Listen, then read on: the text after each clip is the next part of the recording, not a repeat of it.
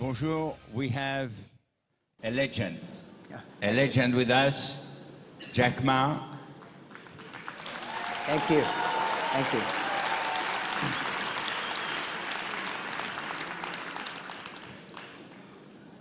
The first thing that I have to say that you will have the possibility of putting some question to Jack by using slido.com, and I think that you will get on the screen the address so you can okay you can send your messages. It is a formidable honor for me to welcome Jack. He is, as I said, a true legend.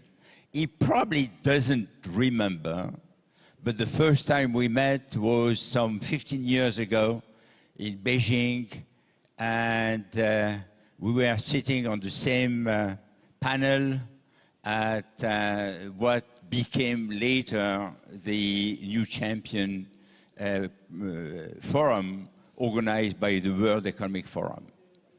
In those days, there were very few people believing in Alibaba.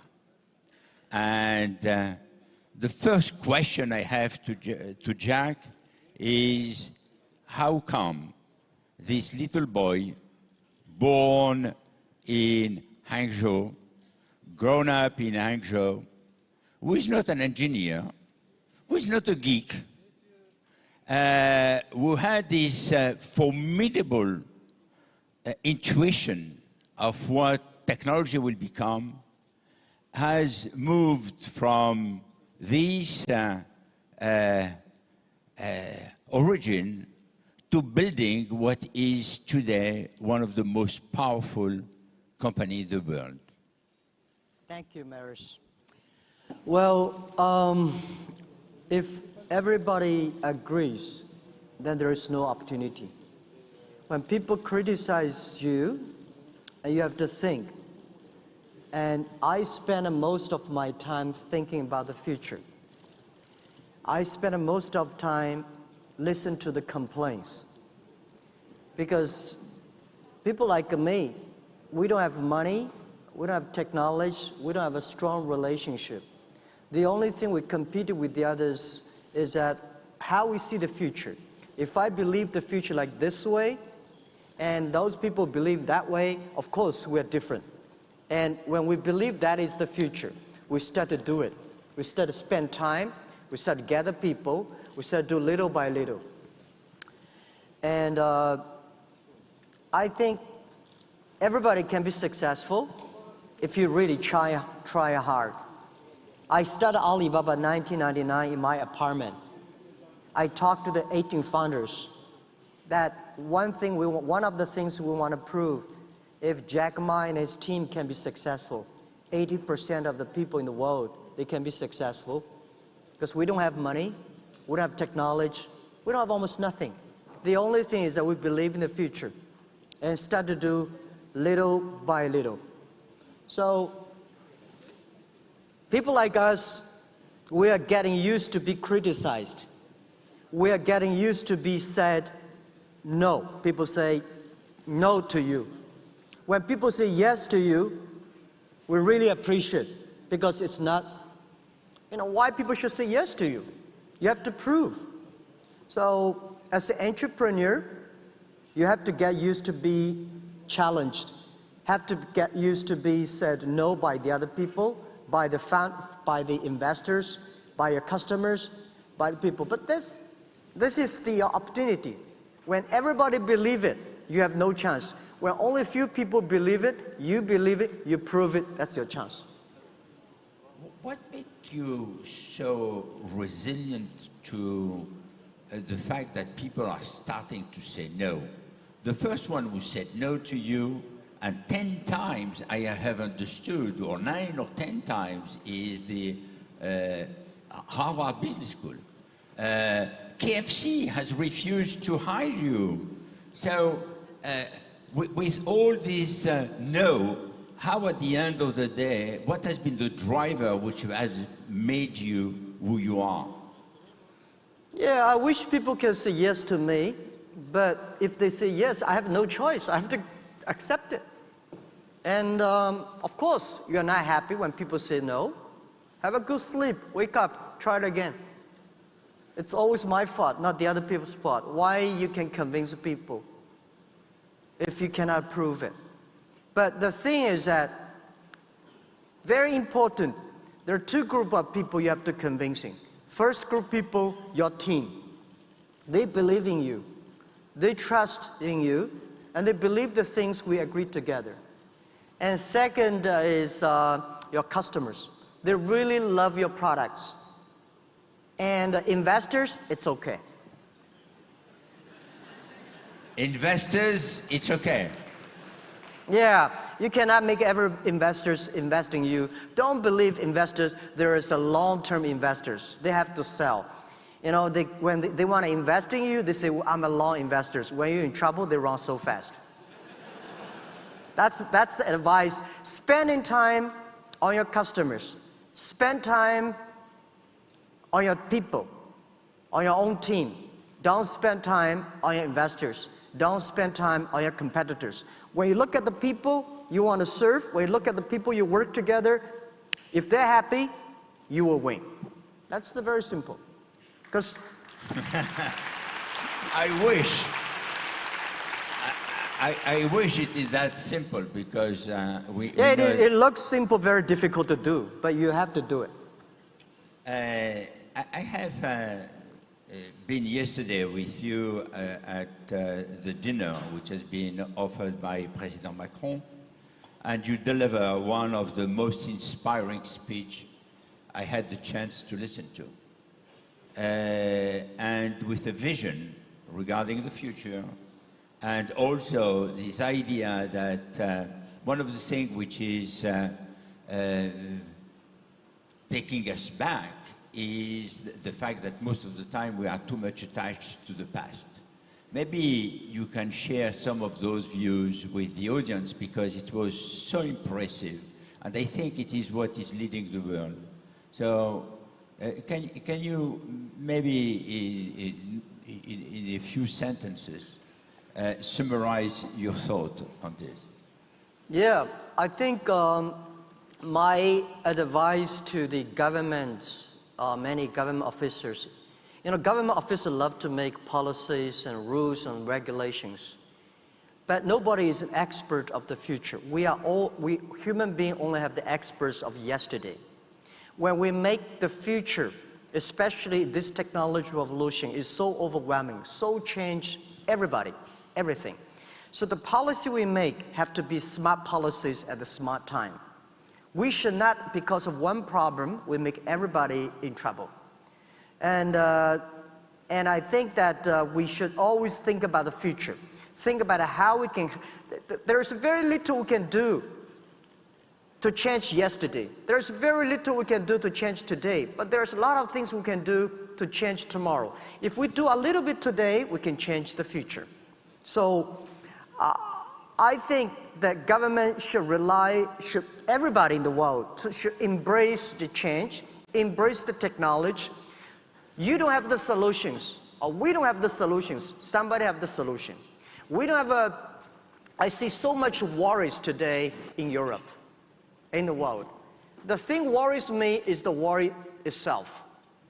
When you worry, you start protective. And I think people worry about jobs. Today we think people worry about artificial intelligence. Well, don't worry too much about that. People are improving, and people working about the security. Alibaba got, in the past 5 years, every day we got 300 million attacks per day. But we think it's an opportunity. Let's learn it.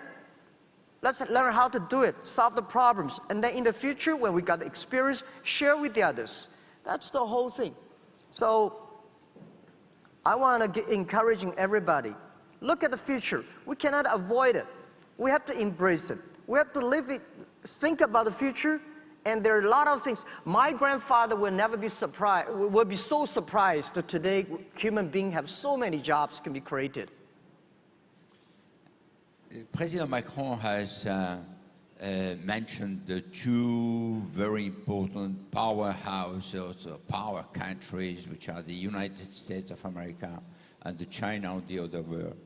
And when you look at China, how would you describe the ecosystem of China and what is making it so successful? Well, beyond the quality of the entrepreneurs, obviously. First, China, in the past 40 years, we are very hard, Chinese people are very hardworking. Second, we keep on learning. Well, one thing very interesting, in China, if you walk on the street, you pick up 100 Chinese young people, you will find 90 of them can speak at least 30 or 40 English words. But when you go to New York, when you go to Washington, D.C., you pick up 100 American young people. How many of them can speak one Chinese? We keep on learning. You have to keep on learning and go. The second thing is that my advice, because I hear a lot of entrepreneurs talk about, well, China's coming and America is coming. Well, nothing to do with you.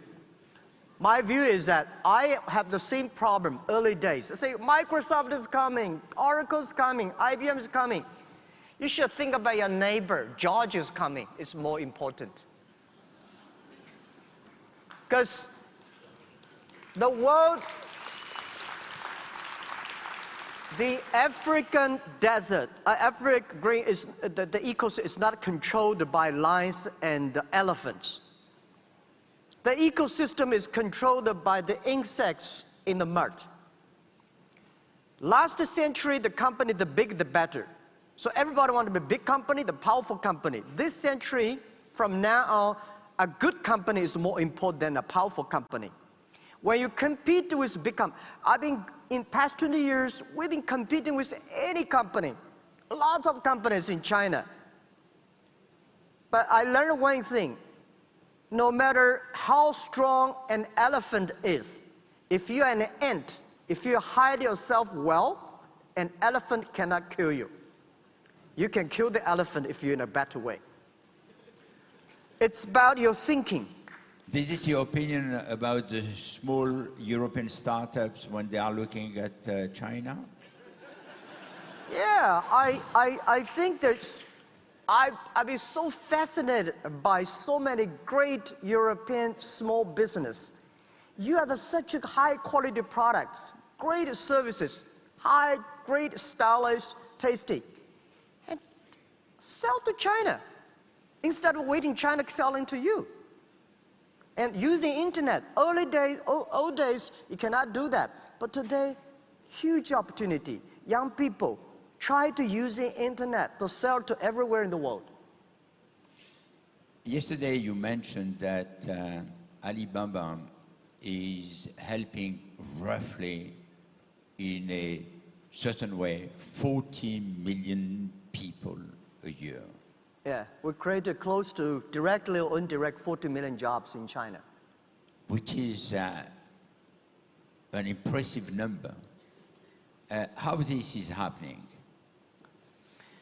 Yeah, I think internet, because I'm not a technical guy, I was trained to be a high school teacher. And I worry about technology, like anybody.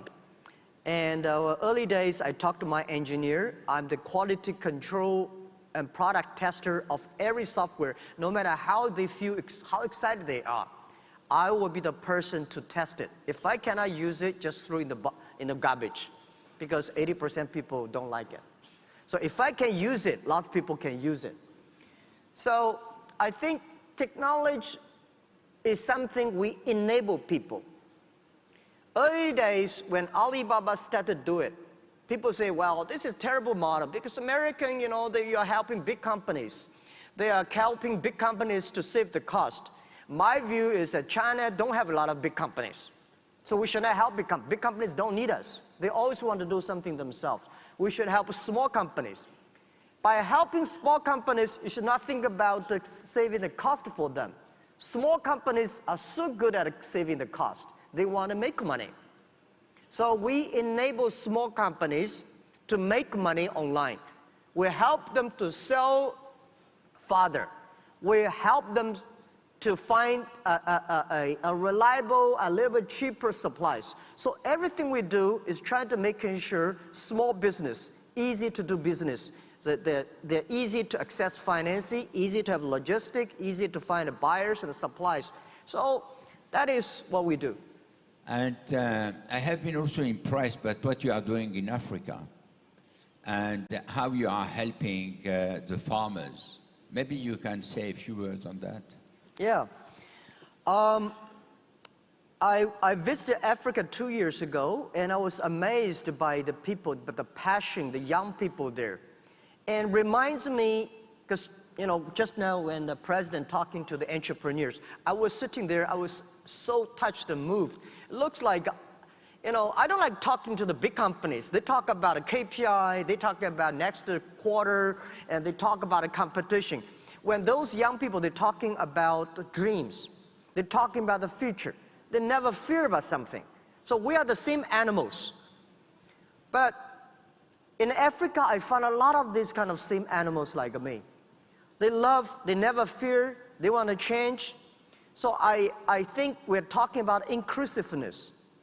If Africa is not a development, and inclusive is just like a slogan. So we have to think out something how we can help the Africa. But I think today internet can help Africa, right? In the early days, a lot of people don't know how to use the computers. But today, almost a lot of people have a mobile phone. A mobile phone is much more powerful than a computer. The next thing I find that Africa, there should be 3 E's. E-government, entrepreneurs, and education. When we have an e-government, we make government online, there will be transparent, there will be efficiency. We should make entrepreneurs, because the entrepreneurs that create the future, entrepreneurs that try their best to realize their dreams. If we spend time, if we spend resources on the education, Africa will have a lot of people. So what we see today in Africa was much better than 20 years ago when Alibaba started. Because at that time, nobody even believing internet. Very few people using computer in China. And there's no mobile phone. Today in Africa, all these are ready. So the only thing is that let's start to build now and start to change Africa. We at VivaTech, we believe a lot in Africa, and that's the reason why we have created Africa Tech. And by the way, we will have tomorrow a conversation with President Kagame and President Sall.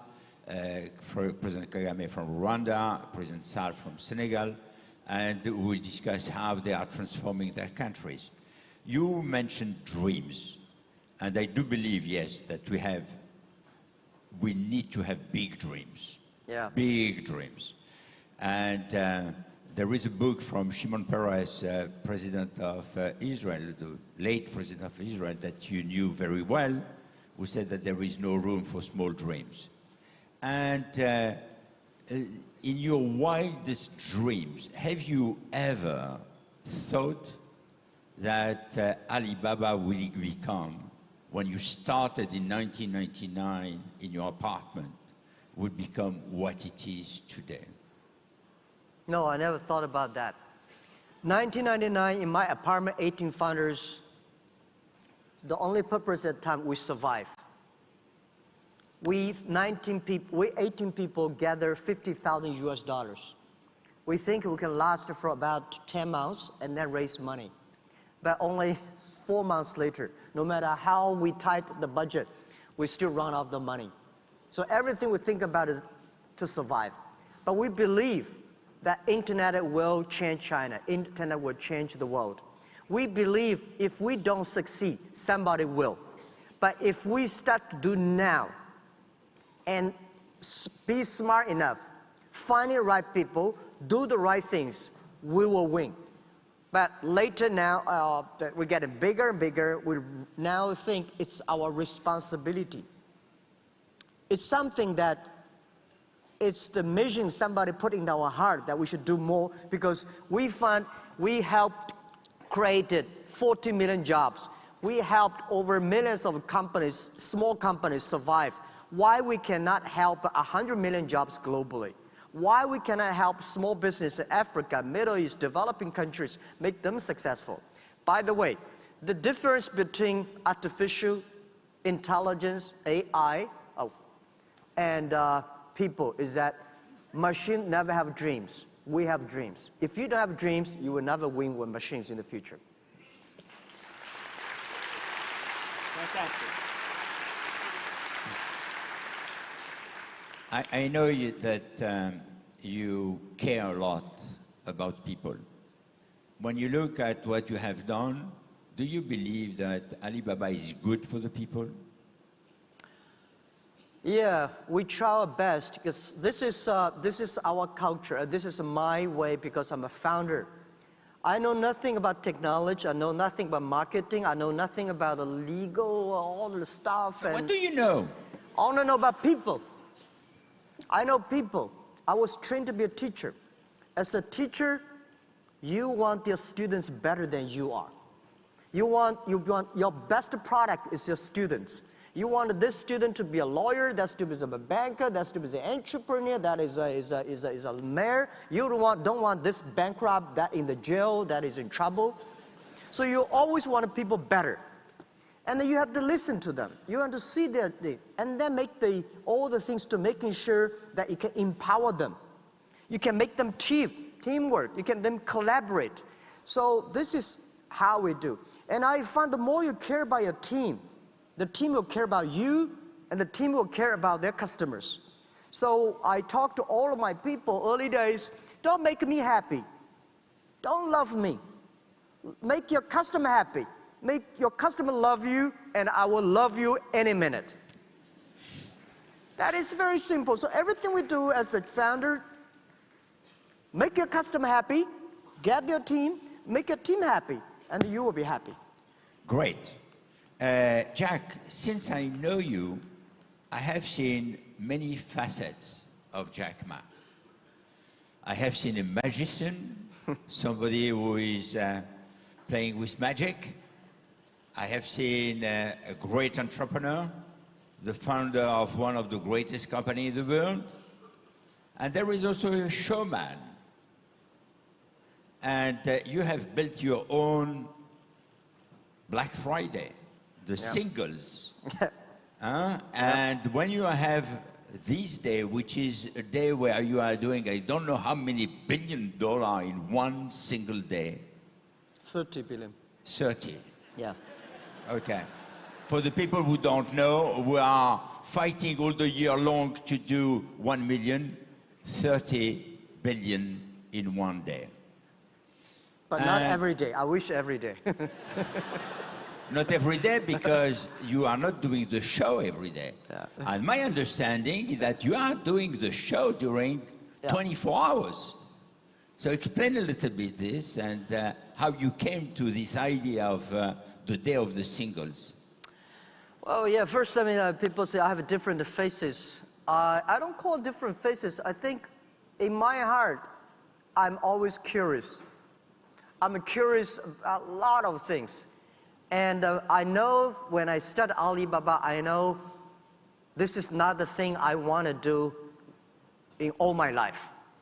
I want to go back to teaching. So I think life is short.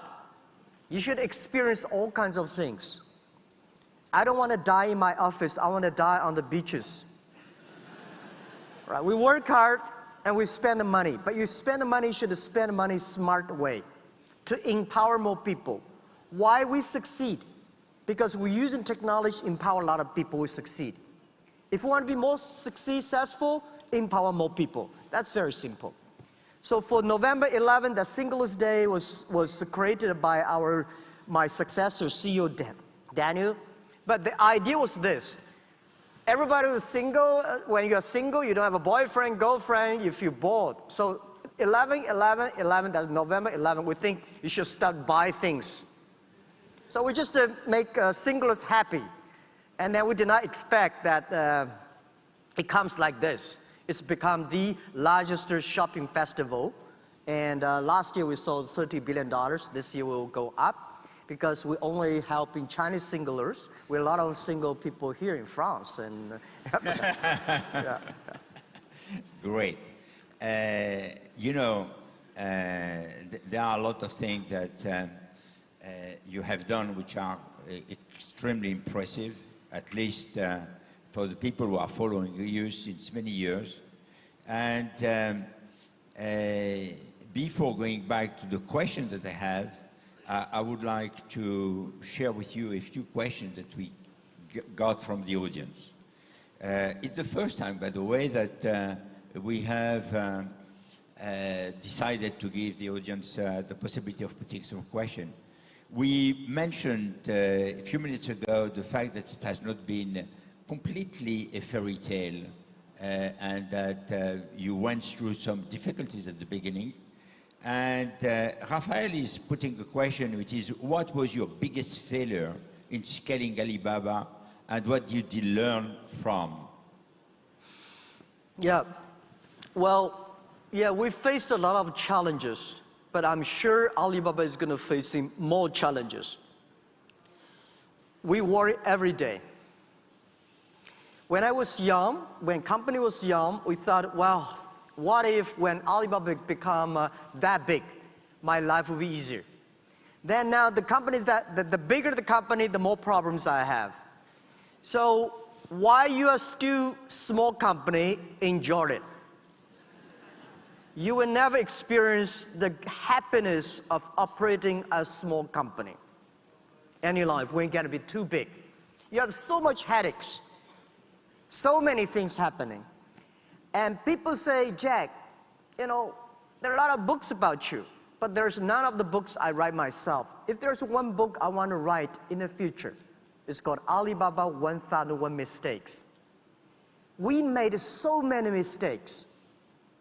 We had so many troubles. Believing or not, China built up e-commerce company, built up an internet-related company. No internet connection at that time, no credit cards, no delivery system. So we make problems all the time. It's not easy, but we tell ourselves, we will be successful until we make 10,000 mistakes. We will be successful if we survive in any crisis. So when crisis came, we know it's a challenge. Everybody start to be united. We solve the challenge, then we complain each other.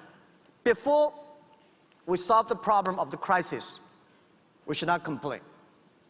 So I have a problem in HR, I have a problem in financing, I have a problem in technology, I have a problem everywhere. Tell me. So that's why I become a mentor in entrepreneurs program in China.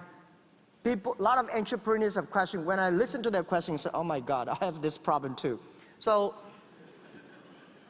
I would say we have gone through almost more than 90% of the problems that any entrepreneurs have met. This is what we feel proud. At the end of the day, I'm going to tell my kids, my grandchildren, it's not the thing we feel proud we made Alibaba. It's so many mistakes that we overcome, so many challenges we experience that make me feel proud. Life is about experience. So when you become entrepreneur, don't worry about the competitors. Don't worry about the mistakes. Don't worry about the challenges. Go through it. That's the great fun part of your business, of your experience. And then you got a courage, you got a wisdom, you got a team follow you. Bravo.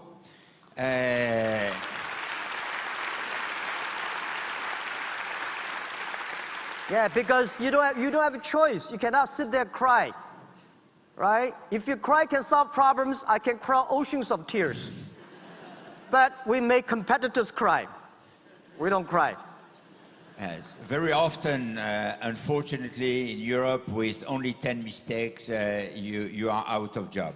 But I consider that this is a great lesson, and this has been also a lesson of my life. I'm always saying that I have made sufficiently mistakes in order to survive. So the other question we have is, where do you see Alibaba in 5 years' time? Well, in 5 years' time, Alibaba the vision should be given by Daniel, our CEO. Everybody in our company, our first-tier colleagues, they look at next month, next quarter. Manager looks at 6 months. Vice president looks at 3 years. CEO looks at 5 years and 10 years. I look at 20 years.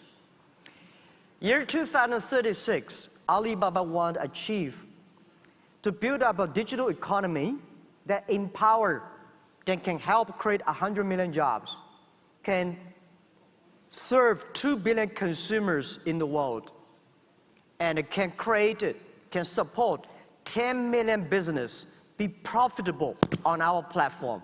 That is the thing that we decide to do by year 2036. So that's what we want. 36. Yeah. So we want to empower everybody, every young people, every small business. When you have a mobile phone, you can global buy, global sell, global deliver, global pay, and global travel. And if we can do that, we don't know how big we will be, but we are not interested in we are being like a $5 trillion company or $10 trillion company. We are only interested in these 5 things: global buy, global sell, global pay, global deliver, and global travel for everybody. That's what we want to do. Great. Yeah.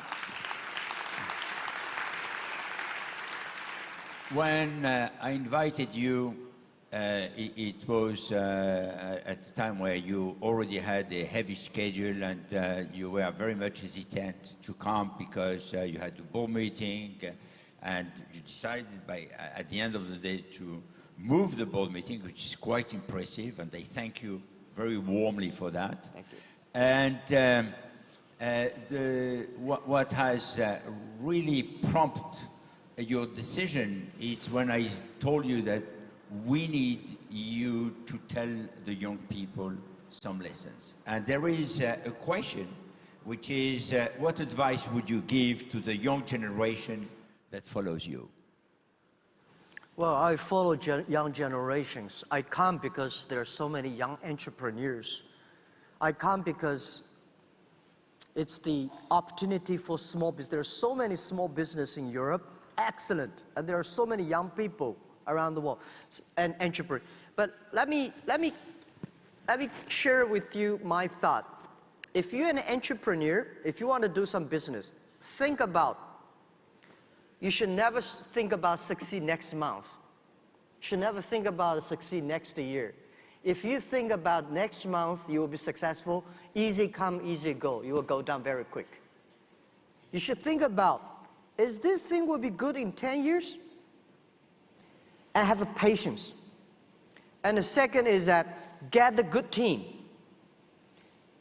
If somebody in your team is better than you are, follow him. If you think you are better, share with their ideas, your trouble, your thinking. And hardworking. There's no other choices. And look, your eyes, this eye, look at the customers. This eye, look at your team.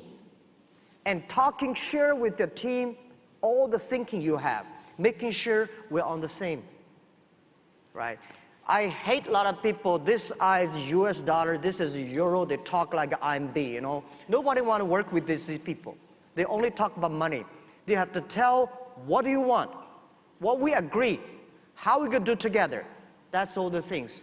And giving yourself some time. Yesterday, you have been seeing a group of people who are working on Tech for Good. And one of the key issues which has been addressed by Ginny Rometty and the group that she was leading with Jean-Laurent Bonafé is about education. And I have a question, which is many recognize you as a great teacher. How do you envision the future of education? Particularly when you know that everything will change in the coming years and the impact of technology will be huge on all the jobs. How do we prepare the future for the future generations, and what would you recommend? Yeah, I feel more comfortable that I work as a teacher. I never thought that I could be a CEO. I remember more than 10 years ago, when company was in big trouble, one of our investors kindly and very politely said, "Jack, you think that somebody can do better job?" And he's thinking that you should resign. And I heard that, and I said, I cannot resign now, because if I resign, the company will collapse. I will resign when the company is good. So since then, I was preparing, always finding people better than I am in the company, giving them opportunities. My position, CEO, is called Chief Education Officer in the company. So I built up the company more like a university. We call our company, the ground is called a campus. We learn together. We trust each other. Students and teachers have to trust each other. So I'm always thinking about that. Now, this year, September 10th, the 20-year anniversary of Alibaba. I kept my promise, and I want to go back to teach the things I love to do better. I'm not going to go just to teach in one class. I think there are something that we should not worry about, something we should change.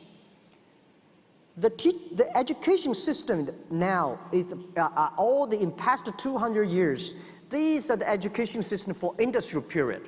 Now we are moving to the digital period. Past hundreds of years, we make people like machines. Next 20, 30 years, we'll make a machine like a people. The way we teach our kids, the things we teach our kids, machine can do better. Machine can calculate faster, remember everything. So I think what we should do, change the education system. We should not make our kids lose the future. We should not make our kids have not jobs. So this is why I want to go back to education and start to do something on education system. The thing they teach, the way they teach, I think it's a huge opportunity. I think in this world, there's very few people like me. We do it not because I want to make money.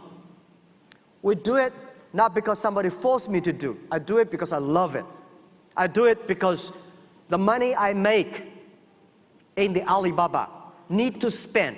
I don't want to give the money to the investors or banks to spend widely. I want to spend myself on the education, improve, change the system. And I think 55 years old today, it's a bit old for Alibaba CEO. But for a new startup on education, I'm quite young. So I want to spend another 15 years on that, doing something that can change a lot of young people, young kids, make them ready for the future. They don't have to worry like their parents worried. Wow.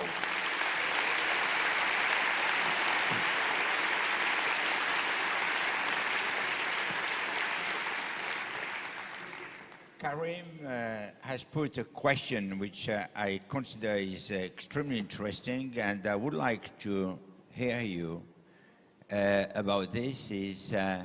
Should France, and you had the possibility of speaking with President Macron yesterday, this morning again, and you heard him regarding China and the US. So should France, and maybe Europe, get inspired by the Chinese ecosystem on digital innovation and technology? Be inspired by China? Yes.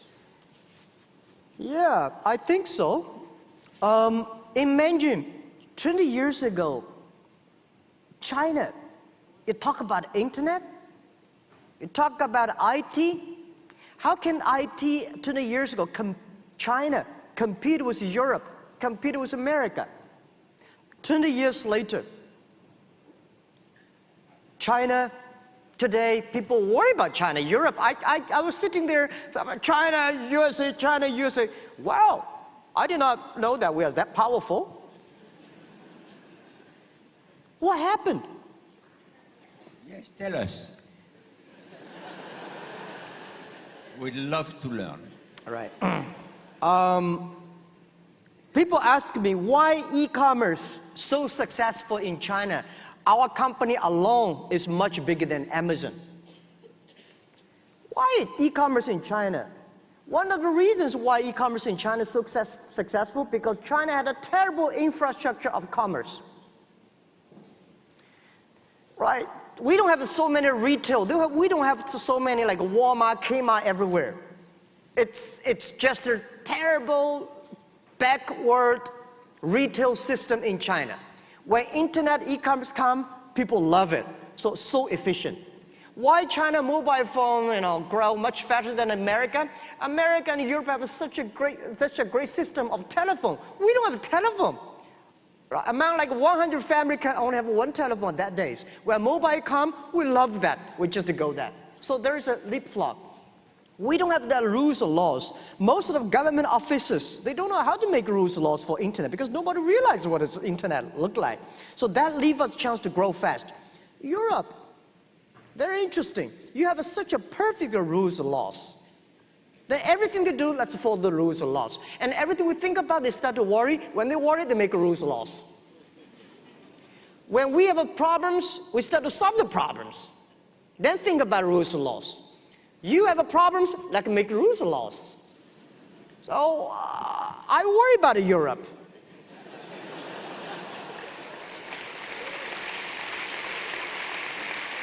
I worry about the worries of the Europe. If Africa does not worry, Asia does not worry, why Europe worry about? Right? You don't have solutions for artificial intelligence. Oh, they're going to destroy a lot of things, human life. Forget it. Let me tell you, artificial intelligence. I think we, Alibaba, using artificial intelligence to arrest and catch a lot of thieves. My theory, I told my engineers, I said, now, when you love somebody, you may not have reasons. But when you hate somebody, you have logic and reasons. When you have logic and reasons, machine can always do better than that. So we have trillions of dollar transaction on Alipay every day. A lot of people want to steal the money. How can you oversee when you have like 1 billion users using that? There are so many cheatings. Human being cannot do it. So we teach machines to catch all the thieves. Machine never forget. No matter how smart you are, one person can create 10 ways of cheating. You are the smartest person in the world. But we teach the machine every way, everything we discover from other people. The machine can remember over 100,000 ways of cheating. When you start cheating, machine finds you. So one way, bad guys using artificial intelligence doing bad things. Other thing, we using artificial intelligence to catch bad guys. So there is always yin and yang balance. How you see the world. If you see technology revolution is a problem, I'm sorry to say the problem just started. If you think it's an opportunity, the opportunity just started. The only thing is your mentality. If the mentality is about worry, you worry all the time. By the way, all the entrepreneurs, if everything's ready, everything's perfect, why they need you? Because there is worries, because there's problems, because of there's no this, no that. That is your opportunity. That is our opportunity. And keep on that. You believing you can do something, little by little, 10 years later, you will be different. That's who we are. I knew that by inviting you, we will have one of the most inspiring conversations that we had at VivaTech. And what happened in these 45 minutes, it's something which is proving that I was right, at least for that. And I thank you very warmly. But you are not done yet. You are not done yet because you have decided to retire at age 56, which is normally the time where in the old continent, we are the old continent, people are starting to hope to become a CEO. I would like to ask you, what has led you to make that decision? Is it just because you are fed up with investors and you don't want to have to spend time explaining things? Is it because of your dreams? Or is it also because you have not only a will to teach and to share, but you have also so many other entrepreneurs' ideas that you want to achieve? Yeah, I've been thinking about that and preparing for retirement for almost 10 years. So you are slow. I thought very clearly, and when we were young, we wanted for opportunities, but older continent, they don't give us opportunity. The new continent, we should give an opportunity to the others, to the people who can do better. And I know I was not trained to be a CEO. I was not trained to be a high-tech CEO. I was lucky. I have a great team, a great time. So 20 years, we've been here. So I was thinking about, I have to figure out who can do better than I am in my company. If we want to make this company last 102 years. Why 102 years? We were born in 1999. Last century, we had a 1 year. This century, we want 100 years. Plus another year, we cross 3 centuries. That's the goal. And then if you want to last 102 years, I cannot be that old to do that. I have to leave the company. So I said, when I'm 55, 20-year anniversary, I must leave the company, giving this opportunity, this challenge for people who are better than I am, younger than I am, more passionate than I am, so I can do something that I'm good at. And I believe I can do much better jobs on education. I can do much better jobs on entrepreneurships. I have founded a lot of companies. 6 of them are very successful in China. And I figured out, because I'm seeing in a different view, I figured out being entrepreneur, there are a lot of interesting principles. No, a lot of no's, a lot of yeses. So I want to help entrepreneurs, share entrepreneurs, what we have gone through in past 20 years, what the experience.